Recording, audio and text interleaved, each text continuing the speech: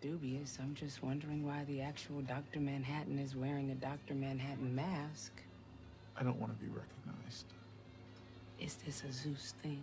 Today we're going to be talking about a particular scene from 2019's Watchmen, an HBO series that ran for 9 episodes, establishing itself as a sequel to the original Watchmen comic run and later graphic novel from 1986. The scene we're going to be discussing is one from episode 8, titled A God Walks into Abar, an episode primarily recounting the story of Dr. Manhattan, both during and prior to the events of the TV series, as up to this point he had not been seen, aside his brief appearance on Mars, which we later discover is a looped recording. The start of this section begins with Angela questioning the reliability of Dr. Manhattan, both in identity as well as if there is any truth to what he is saying. It's an interesting episode because we get to see everything from the perspective of Dr. Manhattan, instead of our usual perspective character Angela. It's very reminiscent of Chapter 4 of the original Watchmen graphic novel, where we get a full chapter from the perspective of Dr. Manhattan after he has recently retreated to a life of solitude on Mars, which is effectively where he's assumed to be until his reveal in episode 7. The fact that Dr. Manhattan wears a mask here is interesting, because unlike other superheroes, Dr. Manhattan doesn't really have a secret identity, because he is forever trapped in his godlike form, which is somewhat of a theme for the original Watchmen comic. It also doesn't help that the way he exists and perceives time is non-linear, and for us, particularly infuriating. Let's talk about that for a second. Let's establish how Dr. Manhattan perceives time. A good way to do this is to look at his insignia, or chevron, or logo, whatever you wish to call it. Although there are many explanations for Dr. Manhattan's logo, such as looking reminiscent of a clock, or maybe the doomsday clock, or the hydrogen atom in reference to atomic power and atomic bombs.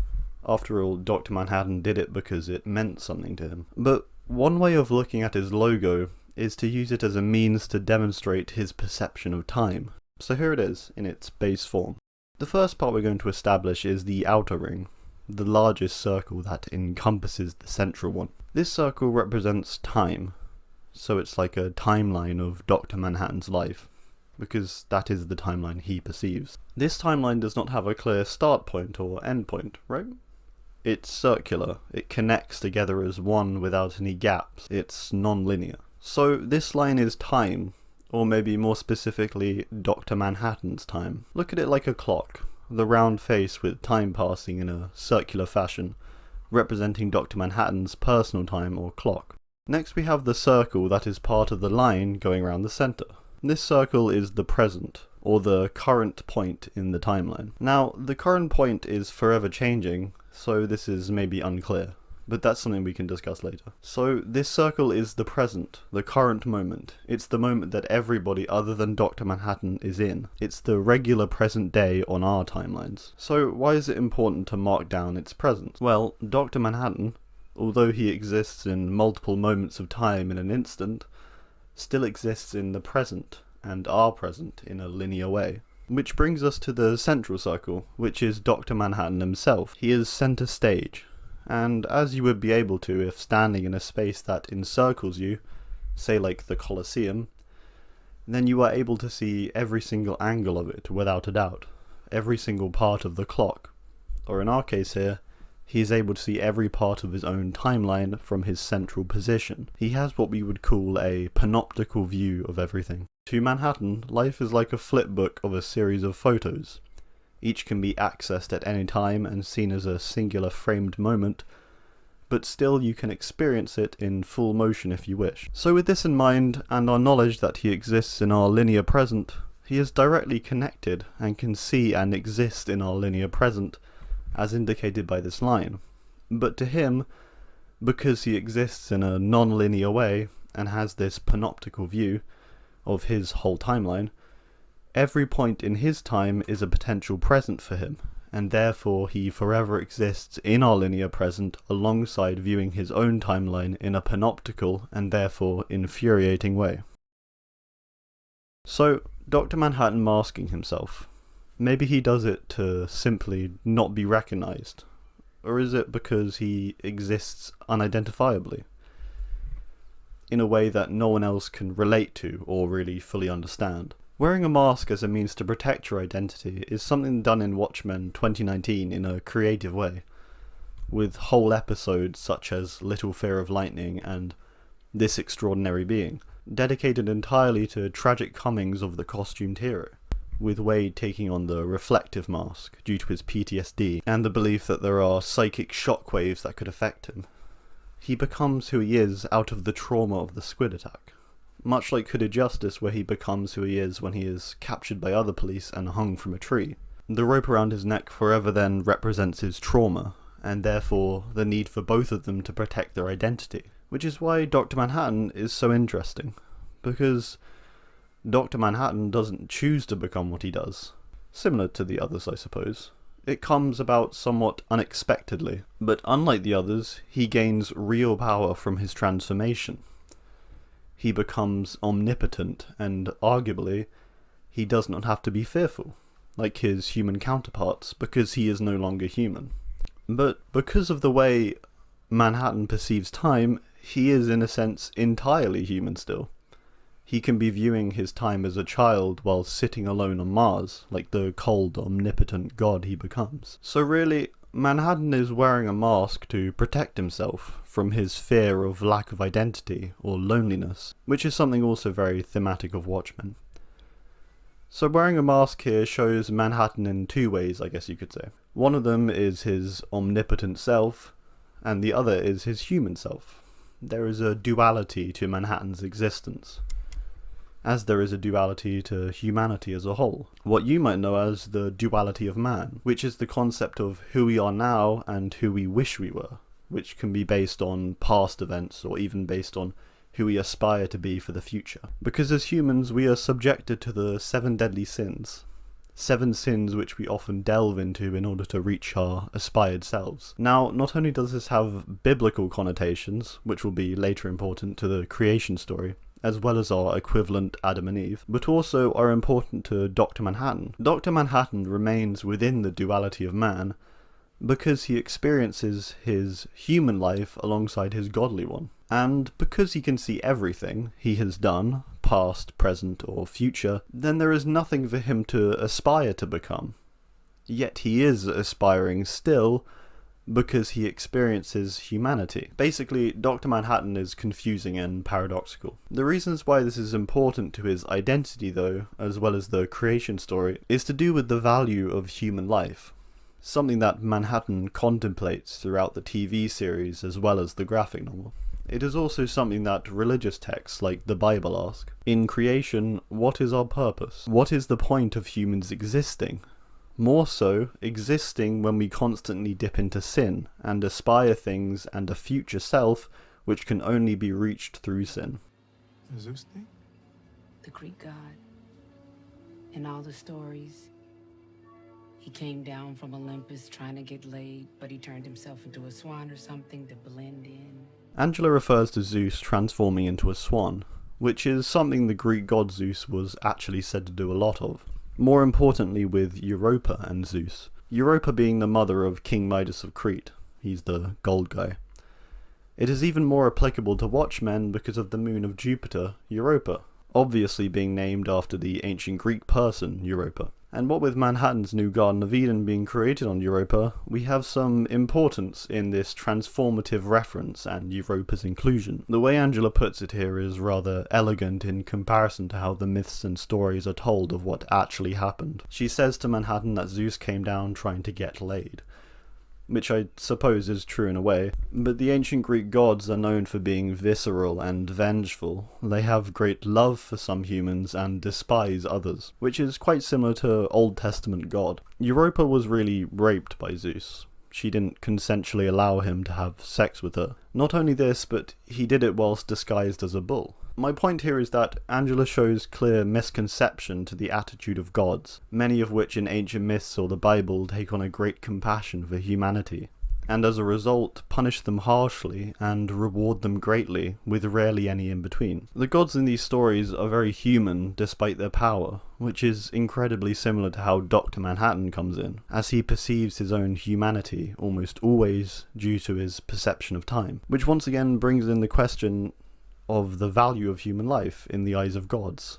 And if Dr. Manhattan has this same extreme compassion, or he really is cold to it all and we are interchangeable with a rock formation, God's actions in the Bible are guided by his compassion for the human race.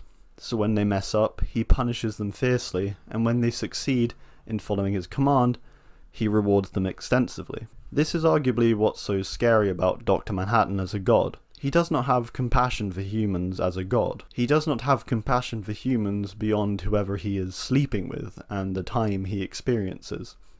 He is a cold god who only shares the physical need of humans, when humans should be more so judged by their more definable and impressive mental capabilities and ideas. During the comics, when a younger Laurie leaves him, he becomes disinterested with the lives of humans and the race as a whole, admitting he places little value on their lives.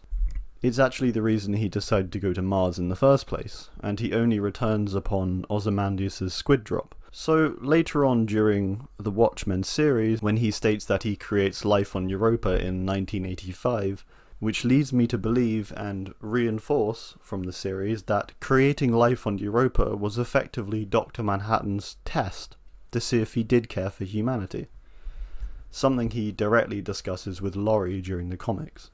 It's also important to the creation story, more specifically his work on Europa, as a key thing he decides to do is make life, and more so human life. It shows he has become aware of its value, maybe because of meeting Angela. As he experiences time non-sequentially, he can realistically be falling in love with Angela every single minute. But then this raises the question of why he would decide life is worthless if he was aware of Angela's involvement in his later life. Of course, he has the insignia that Ozymandias made with tachyon particles, but this did not reach the moment of him falling in love. So Dr. Manhattan is strange, and he probably will never truly make any sense. I'm guessing you popped down here to Saigon from Mars 20 years after you abandoned humanity. That's not me on Mars. Oh? It's a recording of me carrying out a series of predetermined patterns, like a computer program. It's a decoy so that people think it's you on Mars. Exactly. Then where have you been for the past 20 years? On Europa. It's a moon of Jupiter. Oh, that Europa. And what were you doing there? Technically, what am I doing there? I don't get it. Angela also name drops a Zygon, which is an alien from the series Doctor Who. This alien is capable of shape-shifting and replicating life around it, so it's another small tie-in here from the writers, while we're on the subject of things pretending to be something that they're not. I want to quickly make a detour to this scene in Chapter 4 of Watchmen. I want to pose the question, what is the present in Watchmen? Or to further this question, what is the present? Wherever you are right now, I want you to stop for a second and answer me this question. There is past and there is future, which refer to the time in the post and the forthcoming. So how can we depict the current? The current, ironically, is no longer the current once it has stated to be. Yet it also remains a new current, although not referring to the previous current, meaning the current is an irrational concept that doesn't adhere to time despite being defined by it. It's a snapshot moment that cannot be accurately recorded because it passes within an instant. The current is the only temporal phrase in which we can't realistically place. The future is to come, the past has gone, but the present remains in an instant, or it is no longer the present. It is no longer the current. This is one of the reasons photographs are so important to the character of Dr. Manhattan.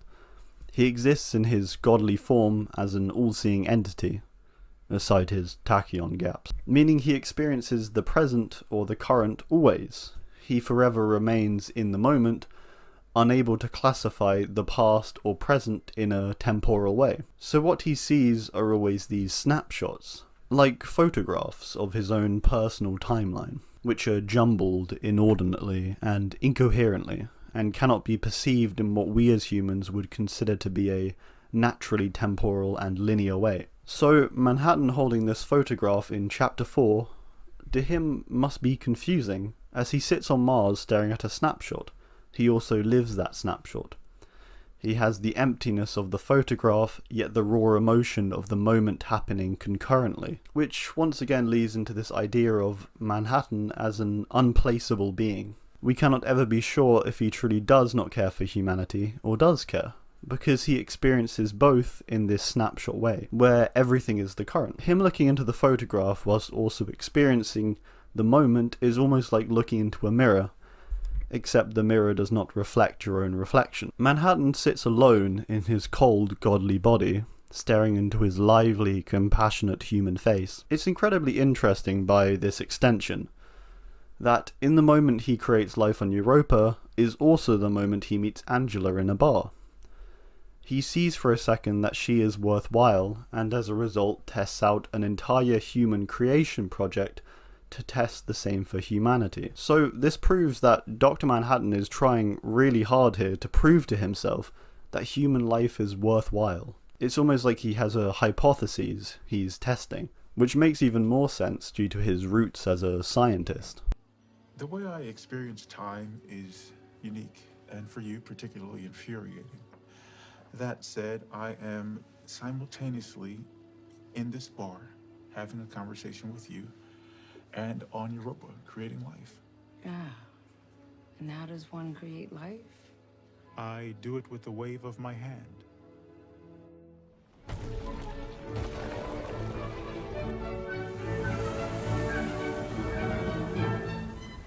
It's 1985. A gossamer sheet of vapory atmosphere thickens into an azure blanket. Harsh tundra becomes fertile savanna. Vast swaths of green spreading across the moon's arid skin like a verdant rash. Naming the spread of foliage to be like a verdant rash, which is further interesting because it depicts life here as similar to that of a disease, which is a similar theme to his discussion on Mars with Laurie, where Manhattan refuses to think an oil line would improve its surface. So in a way, he is consciously disturbing the moon of Europa for the purpose of experimenting whether humans are worthwhile or whether the Earth's humans are worthwhile, or simply is life worthwhile in any sense, when beauty can be found within geographical formation and scientific miracle. Life is a disease upon a surface in which it exists. It spreads like an infection, covering and smothering everything. So the description of grass covering Europa and the transformation of the prior peaceful moon of Europa is effectively Dr. Manhattan describing the effect that human life has on wherever it occurs. As we have on Earth, we have transformed the Earth for worse through pollution. Here though, it is using a direct metaphor of grass for life being spread like corruption, which is great and so well done here, because we have this upbeat music and beautiful visuals of Europa's new creation. We have this shot of the sky being enveloped by clouds suffocating the open air as an atmosphere is created. A primordial ocean transmutes into a liquid creation engine. I step out onto the amniotic lake, a hatchery stocked with miracles, finned, winged, and hooved. You walk on water? Occasionally, yes. Cool. Through Manhattan's descriptions, which are quite biblical, the words he uses to depict his creation are also quite scientific and almost poetic in description, compared to God's in Genesis, which is opposingly magical in its depiction. God says it is so, and it is, the same way Manhattan says to Angela, and it is. We are simply witnessing his creation through speech, rather than through told and written word. As we go further through, I'm going to be comparing Dr. Manhattan's transformation of Europa to the creation of Eden in Genesis from the Bible, because there are some outstanding religious connotations with what Dr. Manhattan does here. Notice how he refers to the different animals in this biblical way: finned, winged, and hooved. When he can easily name a more scientific word, he opts for this simpler depiction that is much more vague and biblical and religious. Of course, the symbolism of him walking on water is also very easily interpretable to Jesus as well as God himself during the creation of Earth in Genesis. Dr. Manhattan's confusing duality appears in this moment, where we have a scientific description of something that seems magical, with his mix of religiously connotated phrasings. It's further odd because he names his creations miracles, which is something maybe science and religion both agree on. That life is a miracle, whether it were created by some greater being, or whether evolution pared its course. The thing that I find so strange about this scene is how Manhattan effectively rips off the Bible and creation, which is why I specifically think he does care for humans. Think about it, Dr. Manhattan could create any life he wants to here. It could be a new creation, non-human, a species to us that would be alien. But instead he keeps his creations earthly, with the only difference being they all grow from the same amniotic lake. Dr. Manhattan is basically making a little snow globe of a mini Earth replica on Europa. This is what leads me to believe that this truly is his test for humanity, and whether they are worth saving. But more so a test for himself, to see if he has humanity residing within him still. He effectively plagiarizes God here, or the Bible. He doesn't make anything in his own image, but instead one he is familiar with small twists of science to make everything feel more logical. So, duality is important in this scene, with science and religion, two contradictory beliefs, and Dr. Manhattan in his godly form, aside his human memories and moments he experiences. They are all combined in this moment of creation and his role as a god, this new world. Everything can be viewed in different lights. You take Sunday off when you're done? No, the entire process is complete in approximately 90 seconds. Typical. I'm sorry? A man creating life in under 2 minutes? Oh, a sex joke. That's funny. Thanks. Dr. Manhattan notes that the entire process is complete within 90 seconds, and Angela further references the Bible, referring to God resting on the 7th day to look over what he had made. There seems to be almost a mocking tone with Manhattan's quick creation, as if competing with the time depictions outlined in the Bible. It took God 7 days, but it took Manhattan 90 seconds. Once again going off this whole idea that this whole thing is an experiment, and like a hypothesis. It's funny that he notes the distinction between the two time frames. But we also have to consider here that he didn't make anything from scratch. He had presupposed animals that he had created, based off of his time as a human. Finally, Angela makes a sex joke, which is interesting simply for the fact that sex, and primarily Dr. Manhattan's sexual relationships, are one of the only things that keep him tied to humanity, post his transformation into Dr. Manhattan. Through first Janie, then Laurie, and then Angela. They all serve as justifications to relate and to care for humanity. But like all the women he dates, they slowly age and he becomes disinterested in them. Janie gets old, Laurie also does after she leaves him. Angela seems to be the only woman he gets with in which he actually loves. Potentially because he can see into the future and his final moments where she leaves the house to save him. So, what about Adam and Eve? You create them too? Adam and Eve are fictional characters. On Europa, I did it for real. I knitted their bodies from the microbes in the water. 2 infants that by virtue of accelerated biomechanical maturation would soon become a man and a woman. I give them higher brain function, instantaneous speech, self-awareness. And then I bring them a place in which to live. A manor house. Although in the series Manhattan states Adam and Eve are fictional and the creation story is wrong in many ways, by directly comparing his actions in contrast to that of God, he very much replicates the story in his own way. However, with it holding lots of biblical similarities. The scene itself, in a sense, is a mockery of his own existence, because Manhattan is both a man and a god, due to his inability to distinguish time, because of the fact that he perceives it all at once. He contradicts his own existence. He brings upon mockery of the very idea of the creation story from the doubting mind of a man, but then there creates it in his godly form. So him supposing that Adam and Eve and the creation story are fictional almost poses the opposite.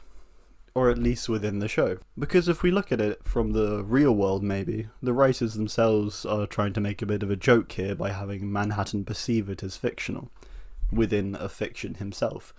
So it's like Manhattan is self-aware of his existence within a fictional universe, but hey, it's probably not that deep. Some particularly applicable verses are those found in the Book of Genesis. The Book of Genesis is the first book in the Bible and recounts the early days of the earth and human life and God's actions in creating it. You're likely familiar with many of its stories, such as the Garden of Eden, Adam and Eve, Cain and Abel, and Noah's Ark, just to name a few of the earlier ones. One of the main themes of the Book of Genesis is humans defying God in an evil way, despite being given a carefree existence. Adam and Eve break their promise with God by eating the forbidden fruit. Cain kills his brother Abel, and God floods the world, destroying en masse its life because of sin, which is the reason for God requesting Noah build the ark. This is also an interesting feature of Dr. Manhattan's creation of Eden, because sin doesn't seem to exist, which is partly the reason he admits he is disinterested by it later on, because he doesn't want a subservient race. Potentially this could argue for his opinion on the value of human life. One thing the human race isn't is subservient. Even in a literal paradise created by God, humans still fail to fall in line and instead become curious. What Manhattan creates is essentially an Adam and Eve that are removed of the potential to discover sin in Phillips and Cruikshank. Whereas in the Garden of Eden, the tree with the forbidden fruit always hung near with the potential to be eaten, which is why Ozymandias' visit is so important during the series. Ozymandias, in a sense, is the sin introduced to Europa. He is the snake or the forbidden fruit. Ozymandias arriving in Europa is like the apple being eaten in Eden, because Dr. Manhattan, i.e. God, opens up the eyes of the humans to concepts of sin after his arrival, wherein takes place the evil Phillips narrative. And although it's staged, it's still very real. By the time Ozymandias is done with Europa, the world that Manhattan originally created has been disrupted greatly. Each Phillips and Cruikshanks has been exposed to overwhelming sin during his stay. This shows that life does not seem to thrive when neglected of a key part. The key part being sin and the other side to good. We need both sides. So like I said before about the duality of man, it's really key here. Both sides need to be apparent and available or it doesn't feel complete or fulfilling. If Phillips and Cruikshanks had been created by Manhattan on Europa with sin apparent in them, then maybe Manhattan would have stayed. At the end of the day, Manhattan creates them in his own image, like God creates Adam and Eve in his own image. Something interesting about Manhattan's creation of Phillips and Cruikshanks is that he creates them in an image special to him, which happens to be just a singular image of one thing. Love, or more so the embodiment of love, which he learnt about during his stay in their manor house. They are also the ones to give him the Bible, so there's somewhat of a cyclicality within their creation. Think about it. What is the thing that specifically keeps them connected to Earth and humans? A tool. It's love. Laurie, Angela, Janie. Anyway, Manhattan creating them in the image of love means that surely the only fault for discovery of sin is down to the creator who designed them as such. If you push the stick forward in a remote control car, you wouldn't expect it to go backwards, would you? Paradise is not something the human mind was made for, because at our core, our imperfections are as important as the things that, in a sense, perfect us. One issue the Book of Genesis poses is that the sin that the humans are blamed for can realistically only be explained by God's construction of it. God creates humans in his own image, and therefore he creates them to have inbuilt imperfection, temptation and sin. So the eating of the apple and the welcoming of sin is not the fault of humanity, but instead that which constructs it. This is more explicitly shown in Watchmen, as Dr. Manhattan quite literally teleports Ozymandias to Europa. In the context of Europa, Ozymandias is sin, or maybe even in some regards the devil when placed beside Dr. Manhattan, who is God. Effectively, God placed the devil into paradise and then got angry when it affected the human race. Anyway, the thing that connects the both of them, however, is their imperfection as heroes, something that applies with the whole Watchmen universe. He leaves his creation on Europa later on because he needs the other side. He needs the duality, the full human image. The way to test human worth and value is not through judging them as wholly good beings, because we aren't. We need to be viewed with our imperfections intact. Without Ozymandias' arrival, embodying sin on his arrival, Dr. Manhattan's creation is boring and subservient, and without Ozymandias they will never discover sin because they have been programmed not to have a sinful side. Effectively, this is a poor experiment on Manhattan's part, and it's what leads him to see that in order to understand and judge humanity justly, he needs to become one. So enter Kal Abar. Kal as a character is reflective of Jesus. God sends Jesus down to earth to teach and assess humanity. Kal is sent to do a similar thing, but instead he does it himself instead of a son, through the body of Kal and with help of Ozymandias' tachyon insignia. Basically, I'm trying to reinforce that both imperfection and perfection are needed for humanity to thrive and hold value, which is truly the importance of Europa and the life that is made there in Dr. Manhattan's image, the image of love. You brought them a manor house? Yes, I teleported it. To Jupiter. Europa. It's a... Moon of Jupiter. You mentioned that. You're still dubious. Just wondering why you zapped a house across the galaxy when you can make one yourself? The manor is a special place. A place I'm connected to from my childhood. I feel safe there. Because you're a child right now. Yes. Right now. In the final moments of this scene, Dr. Manhattan says that he teleports a manor house, which is received in shock by Angela, who is confused as to why he would do this when he could simply build a structure like he did on Mars. This reinforces John's humanity, and it solidifies his ties to humanity through love, which is what he learnt when at the manor house and witnessed the original Phillips and Crookshanks about to have sex when he was a child, which is once again the thing that ties him to Earth and humanity, is love and a physical partner. It clearly makes him feel human. It's also where he receives the Bible, in which much of his own creation seems to be based off of. This manor is representative of everything about humanity that he likes or respects or that seems worthy. It's a place of his love for humans and therefore the centerpiece of his personal paradise or Garden of Eden. So that's the end of the section I planned on discussing today. I hope I have provided some insight into the creation story scene of Watchmen 2019 and helped to outline the themes and ideas that arise with it, with the clear frontrunner being an emphasis on the duality of man and the questionable importance of life, as well as how it can be unfairly judged when you leave a certain part or one of its two dual parts out. Perfection can't exist unless imperfection does. I hope you've enjoyed. This was a slightly longer video than usual and took me a bit longer too. So a comment would be greatly appreciated. Tell me your thoughts. Do you agree or disagree with anything I've said? Let me know. Drop a like if you see fit, and finally, have a good day. Thanks and goodbye.